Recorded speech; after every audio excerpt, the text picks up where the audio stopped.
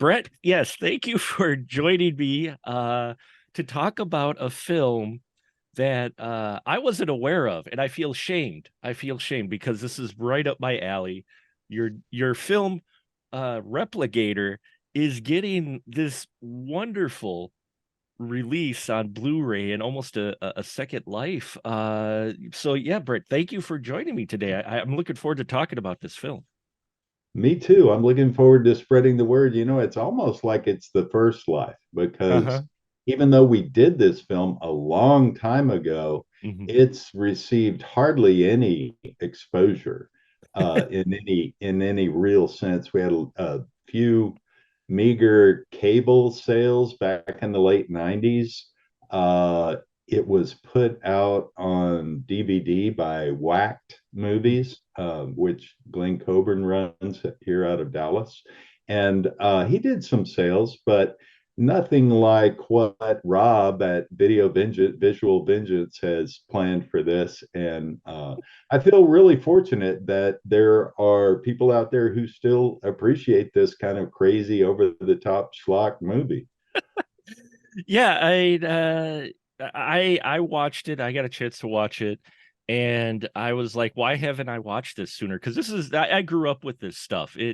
I guess before we dive into it, if you wouldn't mind giving my listeners in your words what Repligator is about. Okay. Can I give you the backstory of how the project came to be? Because Yeah, that that'd be plays great. into it. Yeah. Okay. I had just finished shooting two movies. One was called Time Tracers with Mhm. Jeff Combs. The other was Biotech Warrior. We had a refrigerator full of 35 millimeter short ends. And I was trying to make five movies before the year was out. And this Sure. was probably early September. Okay. I go to Keith Jornis, who was an aspiring actor, an aspiring writer, a video editor. And I said, Keith, can you write a script in a week that we could shoot the following week? We're going to try and shoot this thing in 4 days. He goes, well, I'll give it a try. What do you want it to be about? I said, I don't care. Just make use of everything that we have on hand and make sure there's plenty of bare chested women in it. Sure. So he looks in Hollywood Reporter and sees that a movie called Replicator with a K Mhm. is about to be released. And he goes, hey, you've got all of these reptile masks. Why don't we make it Repligator? And I'm like, okay, great. Sounds good. Just get me the script. So a week later, we read through the script with all the people that we had hired to be in it. We went into the Remington York premises, which was a computer auction house. They sold Mhm. old computer Sure. gear in huge lots, that they had bought from companies. So the story that Keith came up with, and T.G. Weems helped him write it. T.G. was a CGI guy that worked on the project too. Um, the story is about a government experiment. They're trying to create a transporter, sort of like in Star Trek, where you can beam a person from one place to another. Amazingly, it works, but it has the unfortunate side effect of turning hardened combat veterans into beautiful, horny women when they come out the other side. Once the women achieve orgasm, they revert back to their reptilian brain and become the gator babes, and they quickly eat the person they've just had sex with. So basically, that's it in a nutshell. It's real highbrow stuff. Not everybody can grasp it. There's a whole lot of metaphors going on in this film, right? It's kind of like a French impressionist film. You kind of have to. Exactly. There's a great French influence on this film. Now, I was reading up on this as well because I kind of took a deep dive when I after I watched Repligator into your other works, especially when I saw that it had a connection to Time Tracers. Right. And I loved how you remade use of pretty much all your sets. Exactly. and, and that did you try to get Jeffrey Combs in for your Replicator film?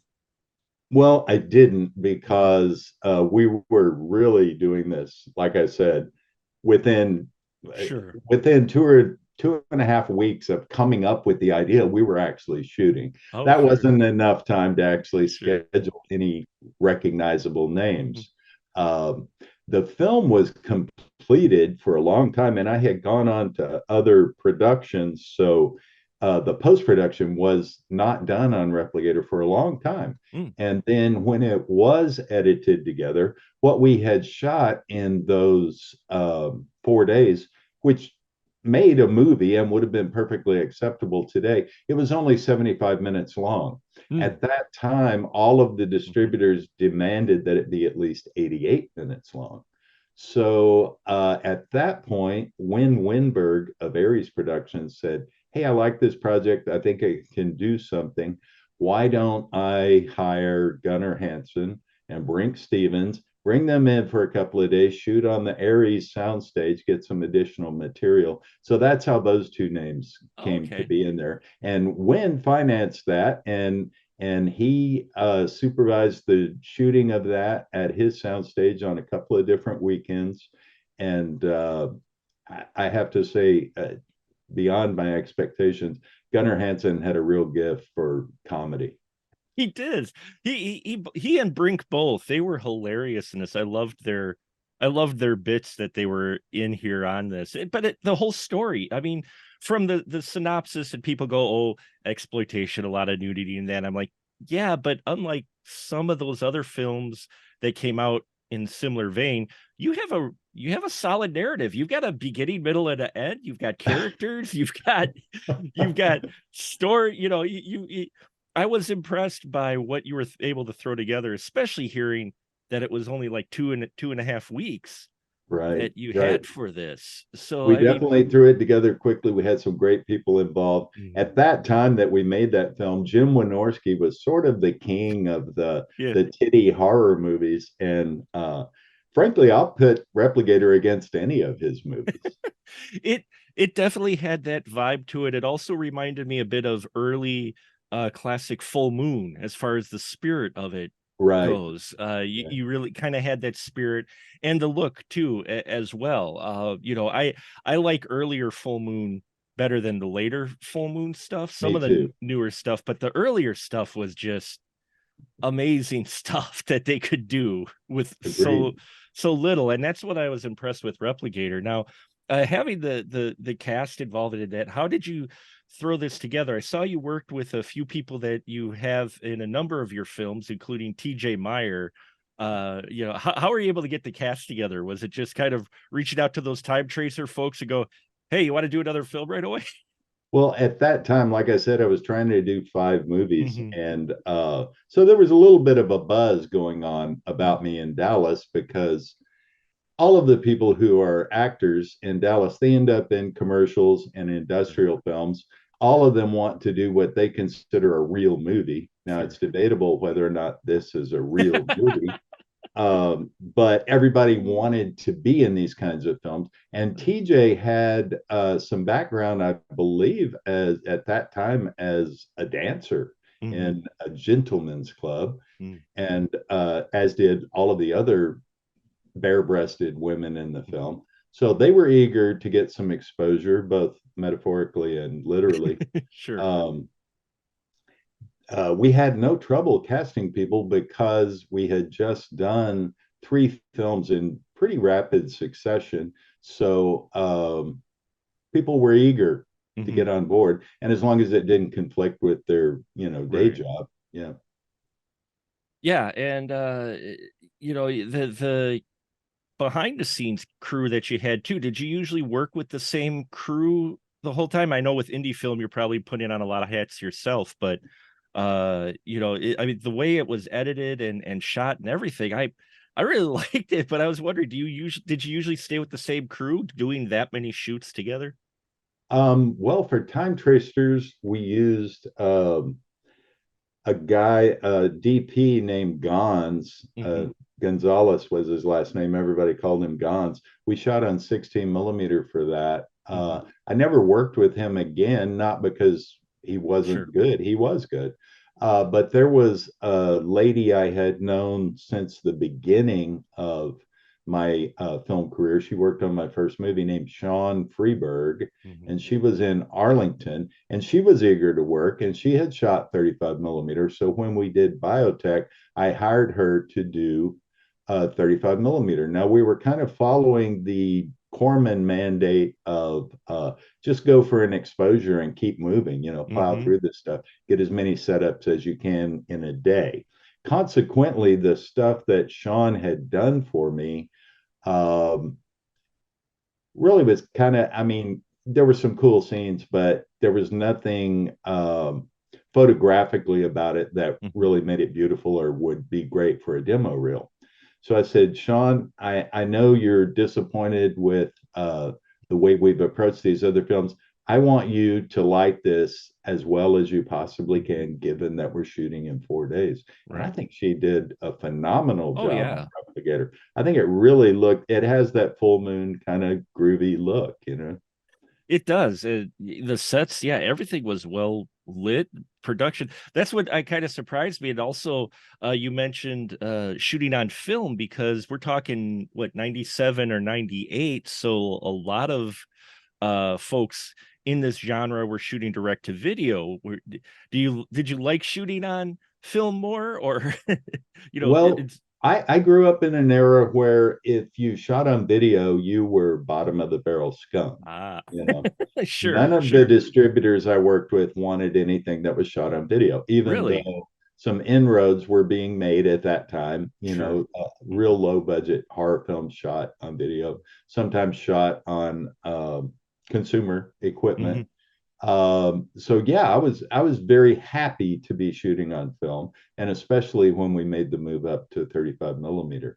It was expensive, but I need to let you know it was actually Replicator was actually shot in the early September of 1995. Oh, okay. So Hmm. it sat around for a while before Sure. it kind of got completed and put out in some form. Yeah, I've heard that story with some other indie films too, to where, yeah, well, we actually started shooting this about 5 years before it was actually released. It's common.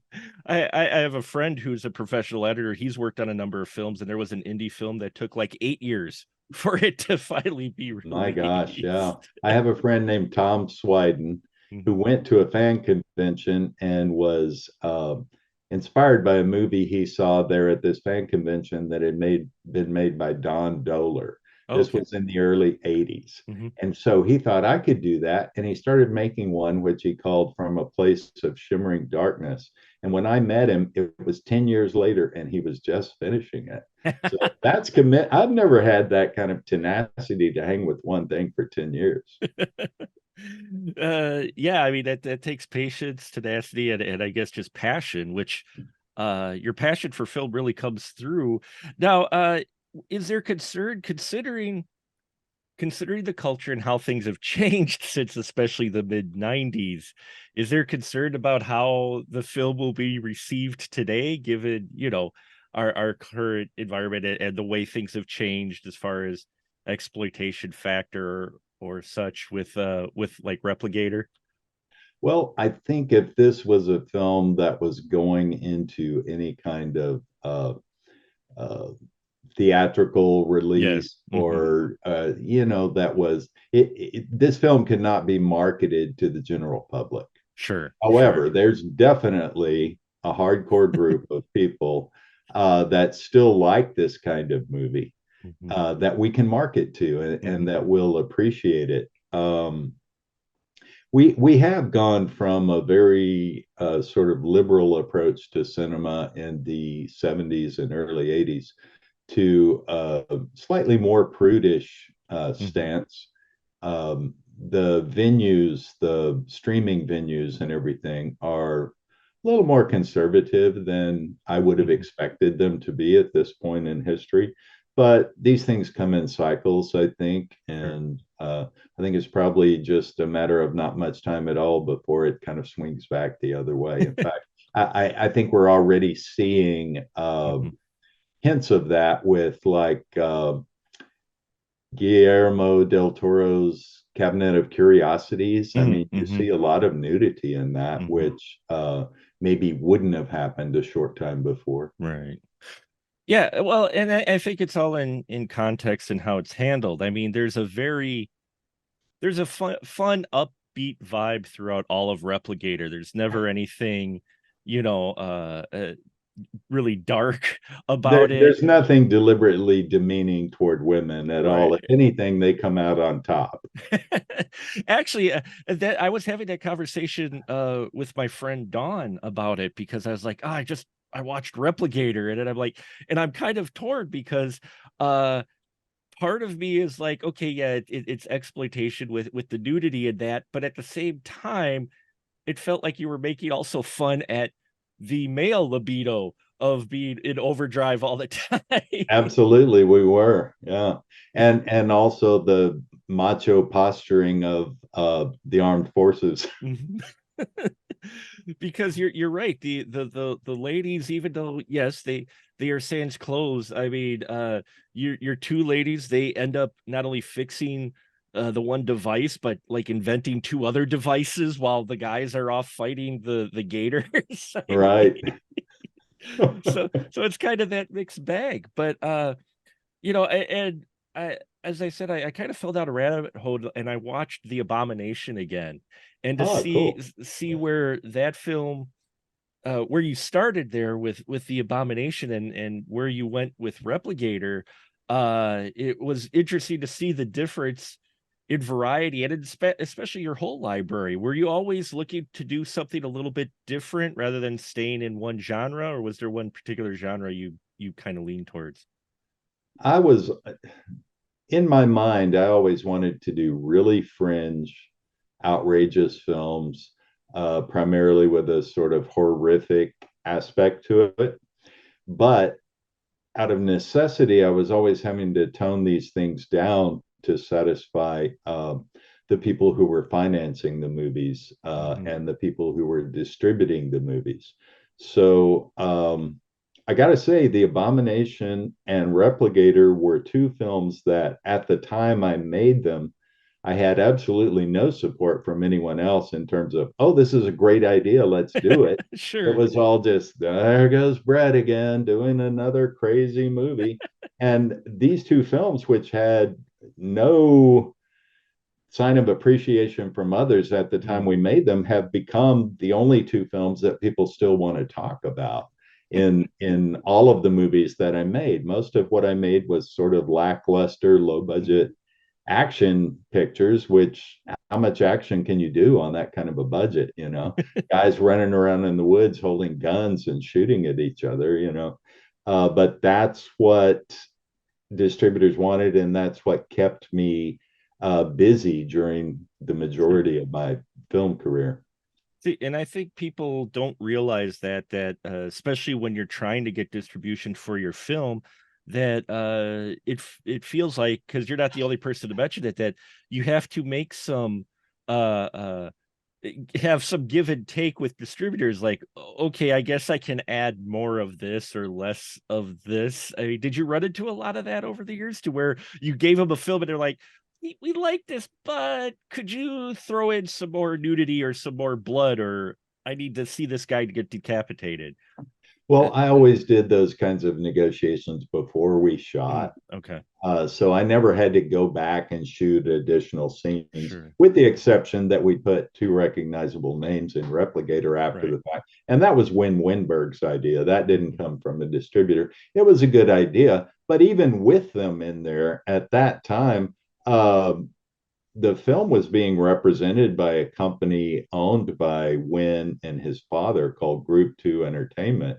And Hmm. they had it for years and did virtually no sales with it. I mean, Mm. it was just kind of lost in a limbo. And finally, about 2010, Glenn Coburn with his Whacked Movies label said, "Man, I need some product. Can you give me something?" And I said, "What about this?" And he's like, "Yeah." And he put it out there and it started creating, started getting some action, started creating a buzz.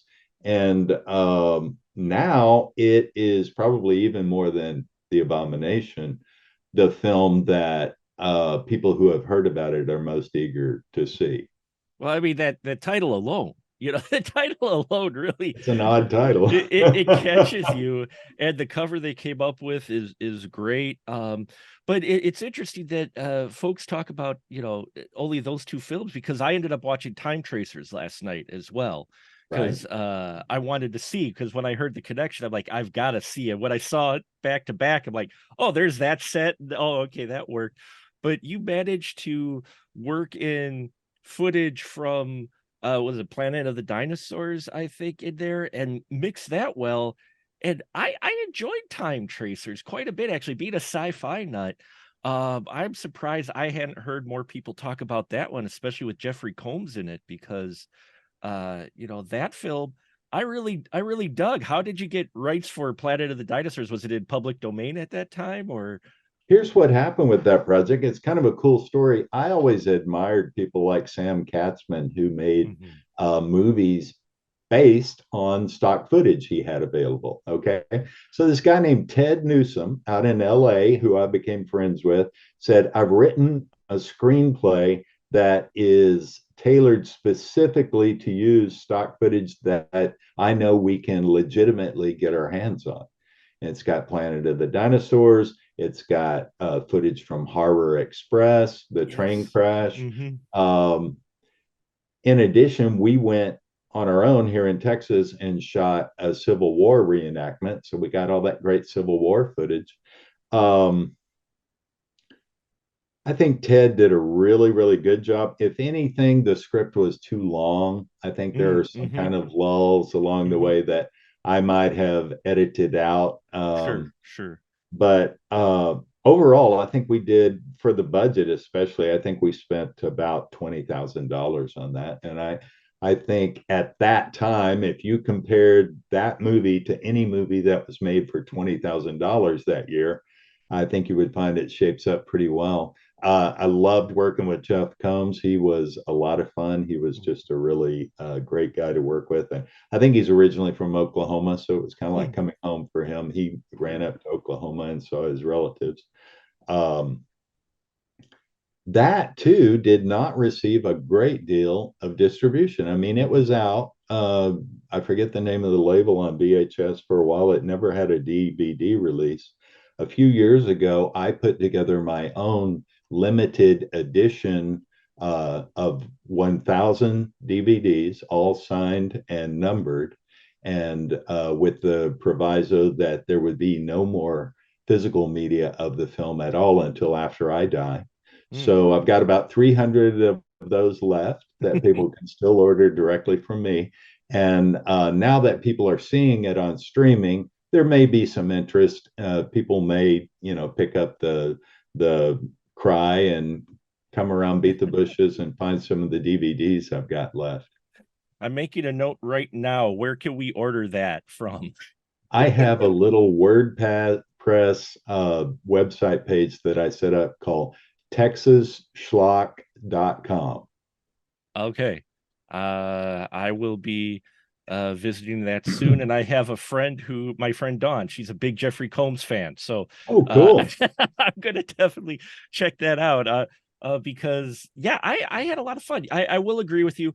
It did feel a little bit long for what it was. It could have probably been trimmed, but I dug the special effects in it, the costuming, how you worked, how they were able to work in the stock footage with the reshoot, and be able to change the actor's costume so it matched the stock footage. Right, right. And so that it's a shame, because I think there's a lot of art in B in for lack of a better term, B movies and lower budget, micro budget films. And I was talking to Derek, and I mentioned that while watching Repligator, it feels like films from that era that you were making for that budget just felt like they have more honesty to them than, say, some of the, not all, but some of the B movies that are made today, or whatever, the exploitation type films today. Would you say that there was maybe a bit more honesty with the filmmaking back then? I think it helps if you are making movies outside of Los Angeles. Mm-hmm. because there's so much pressure in Los Angeles to adopt a certain mindset Mm, that you would not normally arrive at. sure. In LA, everyone is skeptical and suspicious of one another. Um, Everyone is always looking to the expert to tell them Mm-hmm. what the next big thing is, when in fact, nobody ever accurately Knows. predicts what the next big thing is. I think it's good when any artist, I don't care if they're a painter or a writer or whatever, if they have an idea nagging at them in the back of their mind, they need to let it out in whatever form they can. I do a lot of writing now because it's a Mm-hmm. completely no budget way of getting all of these insane ideas I have in my head out there in a way that they can potentially be appreciated by other people. Yeah, that's great advice. I know I always have 1,000 ideas in my head going on as well, Right. and sometimes I have to write them down because I'm just like I have to get this out, otherwise it's gonna distract me for forever. Right. So I can definitely relate to that. So what made you want to get into this crazy business? Because Repligator was actually your last film, it looks like, at least on IMDb, and your first one was Abomination. What made you want to get into it? And then what kind of led you to stop for a while? Okay. My first feature film was a movie called Tabloid, Oh, okay. and it was made about a year or so before The Abomination. Okay. And that was kind of a fiasco. It was, we didn't know what we were doing. We raised money. We spent $112,000 on a movie that was just terrible, just unmarketable. Sure, sure, So sure. although I think Rob has plans to re-release it. So Hmm. for the masochists out there who want to put themselves through that experience, it will ultimately be available at some point. Um, I got interested when I was 12 years old. It was 1970. I had recently discovered at the local drugstore a magazine called Famous Monsters of Filmland. Mm. So I'm looking in the back pages there. They had this place where you could find pen pals so that you could correspond with other people about horror movies.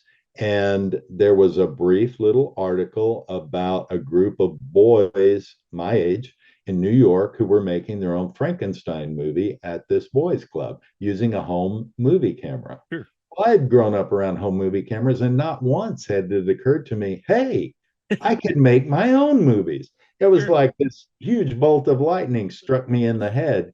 And within like a month or so, I had gathered my friends together and we were making our first horror movie in my backyard, which we called Crypt of the Werewolf. Ooh, And a good title. it was like 3 minutes long, and we showed it at school, and everybody loved it. And then we showed it in reverse, which they loved even more. And that was the beginning. All through middle school and high school, I made these Super 8 movies. My best buddy in high school was a guy named Bob Camp, who went on to be the creative director of Ren and Stimpy. And Oh, he and okay. I made a lot of Super 8 movies back in the high school days. Ren and Stimpy, yeah. That I was another groundbreaking thing. that got me through the 90s. The 90s was a weird time for media. It really was, because you kind of had that transition from VHS, DVD was starting to become big, but as far as comedy and entertainment and such goes, it felt like just a really interesting mixed bag of it, you know, of conservatism a little bit working in, but also some people on the fringe just taking chances and putting out some wild stuff Mm-hmm. back in the Right, day. I right. mean, was that like that? Because I'm sure you were around a lot of creative folks in that. Was there just a lot of people wanting to take chances back then? I think there was obviously at Nickelodeon them Hmm. deciding to move forward with Ren and Stimpy. That was taking a chance because now it's kind of become a genre unto itself. But Sure. that kind of bizarre, vulgar humor aimed at children was unheard of prior to that. Bob and John Crifalucci were kind of like the bad boys of animation for a while. Sure. But it was clearly the decision of the Nickelodeon people to greenlight it that made that a reality. Hmm. I remember I was out in Los Angeles talking with Fred Ray after I had done Macon County War for him. And I was staying at Bob's house, and he's like, "Hey, man, I want to show you the rough cut of this uh, pilot we did for Nickelodeon." And it was like, I was like, "Yeah, that's Bob," because that was the kind of ideas he had all the time when we were teenagers. It was like a kid version of Crumb almost in Right, many exactly, ways. exactly. We were definitely influenced by Robert Crumb for Mhm. sure. What other influences would you say? You mentioned Corman, but what would you say some of your big influences in how you approach film were there? Well, when I was about 12 and I first started making my 8 millimeter movies, my best friend at that time was Herb Hayes. And I had a sleepover at his house one weekend, and we were staying up late to watch It's Alive, which was a super low budget movie Yes. made by Larry Buchanan Mhm. here in Texas. And it was like very disappointing to my 12-year-old mind. But Herb's dad goes, that was made by a guy in Dallas.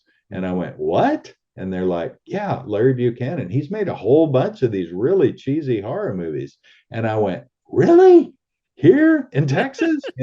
So our idea was that we thought Larry Buchanan was super schlocky, Mhm. but he was kind of our schlockmeister. Right. He inspired. If Larry could do it, we could do it, and Mhm. we thought we could even raise the bar and do better than Larry did. Sure. So he was an early inspiration.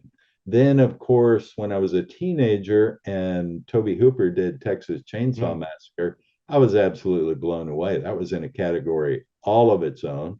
I was working in a theater. We had that in the very early days of its release as a midnight movie.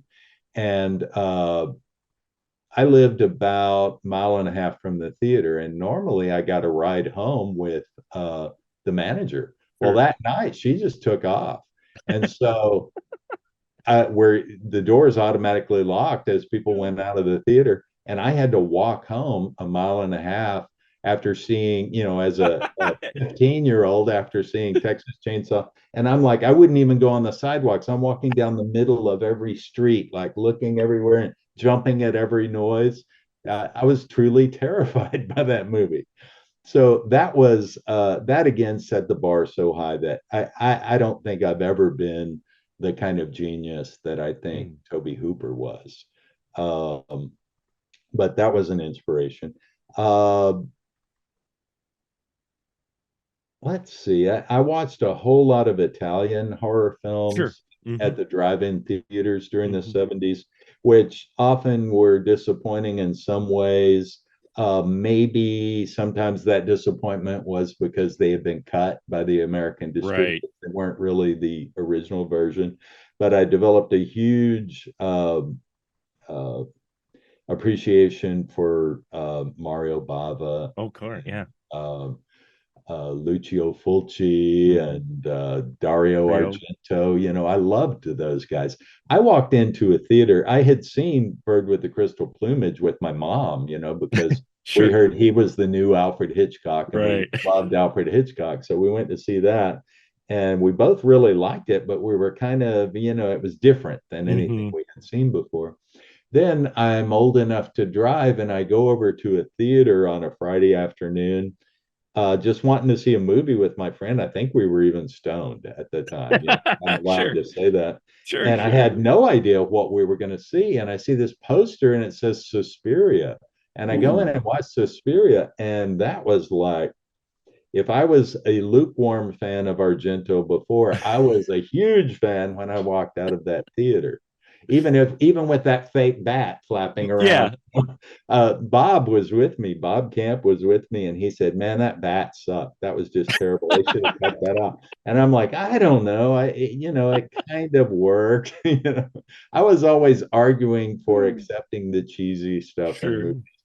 And Bob was always sort of like, nah, needs to be better than that. It, and I think that's the thing with some of the smaller micro budget type films is people go into them possibly going, the aesthetic sometimes turns them away because they're expecting a higher production look. That's what they're used to when you go to the regular theaters.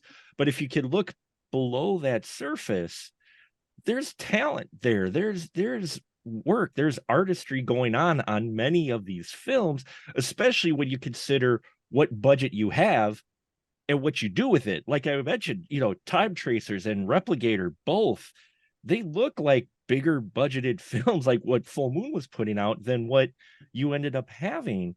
And I think sometimes if they're not used to seeing that type of genre of film, they don't realize they have stuff to compare to. Because I've seen some stinkers too. I've seen some stuff to where I'm just like, yeah, but here, like with Repligator, everybody seems to be having fun. They know what type of film they're making.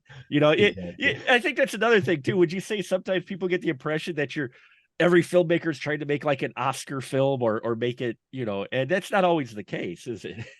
No, it's not. I think it's important to know what you're making and give it your best shot, Mhm. whatever that is.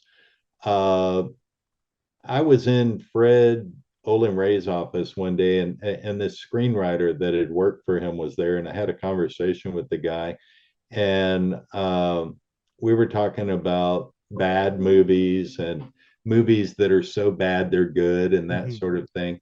And he said something, I can't remember what he said, but I said, well, nobody sets out to make a bad movie. And he said, maybe not, but very few people actually set out to make a good movie either. They start out automatically making excuses for their Sure. production, especially if they're working on the low end, Mhm. like the AIP people who were cranking out a certain number of movies every month, that sort of thing. And I guess that's true. I didn't really realize it at that time because back in Fort Worth, Texas, we were always giving it our best shot, Sure. even if the projects were questionable from the Mhm. outset, we were always trying our best. And that comes through, like you mentioned Jeffrey Combs. You watch his performance, or some people, or even Gunnar Hansen and Brink Stevens, some people might think, oh, well, they're working on a lower budgeted film that maybe they're quite used to at that point in their career, they're going to phone it in. But none of them felt like they phoned it in. They all brought it. Jeffrey Combs, especially, he puts in a great performance in Time Tracers, which some people might think, oh, lower budget, he's probably not going to do that well, but he put his all into it. I'm glad you see it that way. I certainly felt that way about it. Yeah. And that's always good to see because everybody starts out somewhere. And I think people don't realize how many big actors got their start in micro budget, small budget horror films, because that's who you hire, right? You're looking for cast. Right. And a lot of big actors in their days Mhm. in those low budget films, people like Cameron Mitchell and um, all sorts of actors over the years. Bela Lugosi have been at the top, and then they end up acting in these really incredibly cheap movies later, It, just to stay busy. would you say part of that too is because of Hollywood and the nature of that business, that some of these veteran actors who have still a lot of gas in the tank, so to speak, talent, don't get roles just because of age, or that they might not be marketable because they're not the latest hot thing? Do you think that's a challenge as well? I think there's and like I said, there's a special mindset out in Los Mhm. Angeles that you don't really find anywhere else. And one of the aspects of that is that people want to ride waves. Mhm. Very few of the people holding the purse strings in Hollywood have a creative thought, and yet they all want to believe that they do have creative thoughts. Sure. So that's why we end up seeing Hollywood do the same thing over and over again. Because the people with the purse strings are trying to minimize their risks, and Mhm. they take a sort of insurance actuary perspective on it.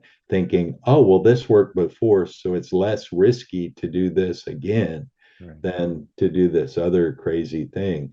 Every once in a while, something really off the wall, like Eraserhead, David Lynch's first film, comes out and proves that those guys haven't got a clue, Right. what they're doing.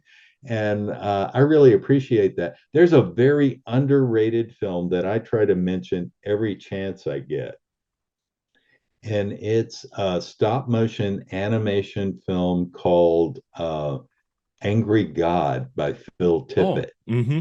And he worked on that thing for years. It was like this labor of love, this very personal, private project, which gets almost no respect.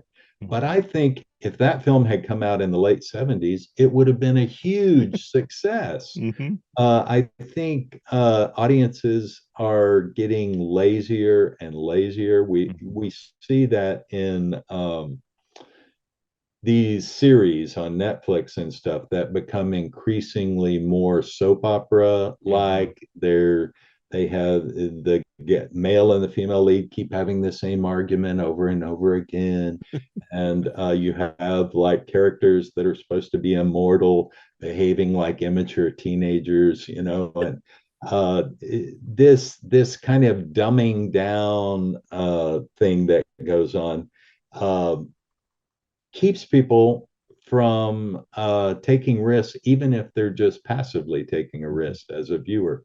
So people who need every little thing explained to them, I'm not one of those people. I've Mm-hmm. never been one of those people. Same here. I enjoy jumping into something and bringing whatever's in my Mm-hmm. head with me so that I make my own conclusions about what it is I'm seeing. And Phil Tippett's Angry God is just a film I am absolutely in love with. Yeah, it's always fun to see those films take chances. Like last year, I was having fun with pretty much anything A24 was putting out, because there was that void that needed to be filled because those studios were releasing stuff. So A24 released all these, films I never thought I'd see on the big screen, Right? and then you even get like Elizabeth Banks brings out a film called Cocaine Bear, which has, star power behind it, and you're watching this going, a film like this in like the 90s would have been direct to video. It never even would have. Exactly. But it's cool that it's out there, right? Hey, have you ever heard of Cocaine Shark? I have heard of Cocaine Shark. Yes, I I've wrote the watched. script. I wrote the script for Cocaine Shark. Not I that they followed the script, but I wrote the original script for I that. I watched Cocaine Shark. That was Polonia, Yeah, Mark with Mark Polonia. Polonia. Uh-huh. Yeah, I recently watched that. So that had some stop motion animation in it. So, I I mean, love Bret Piper and I love his stop motion work. Uh, Cocaine Shark was originally called Narco Shark, and it was a oh, totally okay. different kind of a story. And I think when Cocaine Bear hit, they said, "Let's just wrap this thing up real quick and put it out there and change the title." So that's how it ended up being what it is. But I love the stop motion animation that Bret Piper does. Yeah, I mean, it was a surprise to see it. I'm like, okay. Uh, and your title, Narco Shark, makes a lot more sense with the way that story goes, Exactly. and Yeah. way it played out. It definitely, there's some great chemistry with the leads. Yeah, it is a Mark Polonia film, so you kind of know what you're getting into when Sure. as far as budget and aesthetic wise. And again, that goes back to what we were mentioned before. I think, expectations. I don't think you can, for some things you can rate indie micro budget films the same level as Hollywood. I don't think that's fair because, like you said, a filmmaker only can do with what they have to work with, but there is still talent there. The talent shows regardless of what the budget is. Of course. And Yeah. even with the film Replicator, Gator, and everything, and Time Tracers, and the Abomination, everybody's putting their all in there's talent there. And I was wondering, after Replicator, what was it that made you stop making films, if you don't mind me asking? Oh man, I went off the deep end. I Mm, was in drinking way too much, drugging, uh, got divorced, mm, a series of pretty emotionally traumatic personal Sure. things Hmm. happened in my life, and I just kind of was a mess. Mm, So, and I had lost some serious money to some unscrupulous distributors, mm. and I was tired of fighting the battle, and I was in no um, uh, personal shape to Fight just it. Yeah, keep going, you know. sure. Yeah. Yeah, and I've heard that with some other indie filmmakers too, to where they've stopped making films because the distributors, especially now, because there's every fly-by-night distributor out there, and that some of those deals in that they're like, it doesn't pay. They don't want to put up the fight anymore, or they're self-distributing. Right. Like, because it's, even though that's hard work in itself, it's still less frustrating than trying to negotiate contracts and not getting any payout. Right. Uh, because yes, it is art and you like what you're doing, but you also like to get paid. Yeah, yeah. If you're doing it for money, then the low end of the movie business is not where you want to be. Um, that was a really hard lesson for me to learn. I think fighting that battle is what led to the breakup of Yeah. my divorce. I think I put my family through probably a lot of unnecessary turmoil because I was so intent on making this movie business pay, you know? Right. What's really great now is this: you can take your cell phone and free software you can download for post production, and you can shoot a movie for literally nothing now. Mm-hmm. So there's no excuse. Anybody who wants to make a movie can certainly do it now. The downside of that is that there's absolutely an avalanche of micro budget projects out there, and Sure. you can get buried in them. To go Right. on Tubi and start clicking, and click on one thing, they recommend 10 others. Click on those, they recommend 10 others. It's like just this never ending rabbit hole of bizarre little films. And some of them are great, Mm-hmm. but I doubt that any of them made any Money. Right. real Yeah. money, you know. Mm-hmm. So, from a creative standpoint, I'm retired now. Fiddling around with videos never been easier. All of those crazy ideas that I never would have risked thousands of dollars on before, I can make now Mm-hmm. for hundreds of dollars or even less than Yes. that. Sure. Uh, when I decided to teach myself the digital process, it was after I met Mark Polonia. Mm-hmm. He shot the special features for these releases we're Sure. talking about. And I really liked Mark, and I looked at his work and I thought, I need to learn how to do this.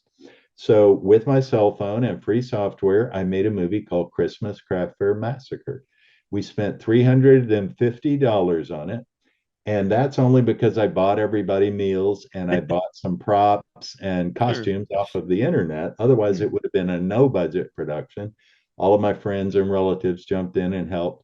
And it was my student film. It taught me the digital process. And the bonus was that Rob over at Wild Eye actually released it. So Oh, it got a nice. Christmas release last year, and I was very happy about that. Well, there you go. This has been a pleasure. I guess my last question is always a fun one is, you mentioned Texas Chainsaw Massacre. Do you have a particular like favorite film, or is that always hard to pick just one? I have a favorite film that's probably going to surprise you. Hmm. I've seen this film probably more than 30 times, and Mhm. it's The Good, the Bad, and the Ugly. Oh, Sergio Leone. so good. So It's good. here's what it was an evolution. When I first saw it at the theater, it was on a triple bill with, all of the Man Sure. with No Name. And I spent all Saturday watching those films, Oh, and I thought, man, these are so cool. Why are they so different from, there was such an yeah. emphasis placed on the music. You would have these sort of music video like scenes, in the graveyard and stuff with Tuco. And I felt like, especially The Good, the Bad, and the Ugly had a sort of mythic Hmm. quality to it. You felt like you were dealing with these archetypes, and it just really struck a deep nerve with me. And then what kept my interest alive was every once in a while I would discover a new version of the movie. The first version I saw was the shortest, and Mhm. then I saw another version that had scenes that weren't in the first time, and then I found a video release that had even more scenes in it. And so it was kind of like this process of discovery. And I got to tell you, I could watch the movie again today and still enjoy it every Oh, bit as much as any of those other times I watched it. And I think Leone, especially with that film, was just a genius. it is a genius, and it's fun, especially watching it now. It almost feels like your three archetypes of that, the good, the bad, and the ugly. You know, they're almost like time travelers, and you're traveling through them through a period of time to where they're witnessing all these kind of historic events, sometimes getting caught up into them while they're Right. going for this gold. But you run across, I think that's what's unexpected for me. The first time I watched it was, oh wait, we're getting into the Civil War into this. I didn't expect this. I thought it was just talking about three guys going for gold, and Right. it you end up seeing the Union's prison, you end up seeing the Confederate prison, you end up getting into all of these different themes and such. And you're right, you see the cuts, and the more scenes that are added, the more layers there are to this film. But I will argue one of the best scenes in all of cinema is the standoff between the three in the graveyard, and then Ecstasy of Gold song track Right. is that whole sequence at the end of the graveyard. I get chills even now thinking about it because it's just so well done. I love all that as well. And I really, really liked the part where they go to see Tuco's brother, who's the priest. Oh And he has yeah. that confrontation with his brother. Mhm. And then you come away from that thinking, Tuco's an asshole, but you like him after that, you know? You kind of feel sorry for the fact that he had to make the choices he made. That's what I love about the Tuco character, especially with the title and the implication. And when you first meet him, you're like, oh, this is the ugly, he's the a-hole, asshole through the whole thing. And then you're like, by like halfway through, you're like, I kind of like this guy. Exactly. I kind Exactly. I kind of want him to get the gold, and Van Yeah, Cleef is just, oh, it's such a great bad guy. exactly. Yes. You're right. That's like one of those complete films. If you hear anyone talk about the term complete film, that's one of them. It's from start to finish. It's just one of those things to where you're just like, where is this going? And these characters are interesting, and by the end, it doesn't even end quite like you might expect it to. Exactly. So No, it's a surprise, and you're wanting a sequel. yeah, You definitely immediately you want to see, okay, what's the next part of this story? I want to see more of these characters. Absolutely. So, I well, have one other film that I'd like to mention. yeah, go ahead. My second favorite film, which likewise I can keep Mhm. watching over and over again, is Michael Clayton with George Clooney. Oh, okay, yeah. Hmm. It's a fantastic film. I love the performances. I love the twists and turns that the story takes. And for some reason, that's another film that I just never get tired of. We just have those films, it's one of those where I have a whole bunch of new films to watch, but at the same time I kind of fall back occasionally. And for me, Of course. I'll throw in Maximum Overdrive, and I'll watch that any day of the week. I know Stephen King doesn't like it. I love that movie. It talks to me, appeals to me, and part of it is the soundtrack and that, but because I'm a big soundtrack guy too. But it's just, yeah, we get those films that inspire you, and that's the magic of this medium. And I think Repligator is going to be, when people hear about it, and hopefully they tune into this and it wet their whistle to check it out from, I believe it was at Visual Vengeance, Yes. uh that is putting it out there. Aren't they also putting out The Abomination in Yeah, a they're special putting out The release? Abomination. I understand they're also going to be putting out Ozone, Attack of the Redneck Mutants, Mm, which is another film we did in Poolville. They've also got, because I did the limited edition DVDs of mhm. Time Tracers and Biotech Warrior, we couldn't do any physical media with Sure. that, but they have put those out on streaming. So, Yep. so those are now available. A couple of action pictures I did called Arm for Action and Blood on the Badge are also available on streaming. So finally, we've reached a point in history where if you are masochistic enough to want to see all the films of Bret McCormick, they're pretty much available. Well, and I recommend them because I really enjoyed all of them that I've watched so far, and I plan on seeking out the rest, sir. And I'm not just saying that because we're talking here. I truly was surprised. I will say that I found a lot of fun in all of them to be had. Whether it's the practical gore and the abomination, the massive amount of practical gore, which I love practical effects, or Repligator with its spirit that it has of full moon. Yeah, folks, check it out. Is there anywhere that are you on social media at all? Anywhere, Bret, that they can I'm not follow on you? Or social media. I have two different little WordPress websites. yeah, One is BAM okay, art.com, which is a website I use to post paintings that I've sure, done. sure, And my email address is on that website. So anyone who wants to contact me for any reason can.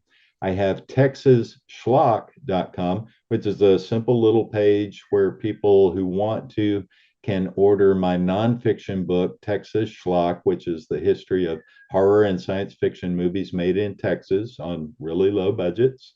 And I also have a book on there called The Abomination Book, which I did as a companion piece to this new Blu-ray release nice. of The Abomination. So I look forward to hearing from people, man. And I really can't thank you enough for helping us get the word out. It's Sure. been great talking with you, and your enthusiasm for my work makes me feel more optimistic and enthusiastic about it myself.